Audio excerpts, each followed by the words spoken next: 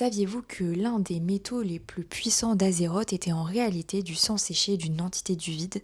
Bow down before the god of death! La saronite est l'un des métaux les plus impressionnants, mais également des plus terrifiants. Ce minerai n'est donc pas naturel car elle provient du sang solidifié du dieu très ancien Yogg-Saron. Ses propriétés défient toute logique car elle est quasiment indestructible, mais elle pèse seulement un quart du poids de l'acier. Plus fou encore, elle est insensible à la magie de la nature et renvoie les sorts de lumière vers ceux qui les ont lancés. Mais ce pouvoir a un prix car la saronite est maléfique. Ceux qui l'extraient, la travaillent ou la portent finissent par entendre des murmures. Elle provoque une colère incontrôlable et mène inévitablement à la folie. Si vous vous baladez en tant que joueur à la citadelle de la couronne de glace, tendez l'oreille car vous pourriez entendre ces murmures. Donc le roi Lich l'a bien compris et c'est pourquoi il a utilisé ce métal pour bâtir presque toute sa machine de guerre. On peut noter les remparts de la citadelle de la couronne de glace, ses nécropoles volantes et a même inséré des éclats de saronite dans ses ghouls pour des expérimentations. D'où le lien existant mais pas si clair entre Yogg-Saron et Arthas. Petite anecdote, la saronite est l'une des rares substances pouvant mettre fin définitivement au jour des morts vivants. C'est d'ailleurs sur ces pointes de saronite que Sylvanas a choisi de mettre fin à ses jours suite à la défaite d'Arthas. Heureusement, le verdict des cendres a réussi à plier à sa volonté ce métal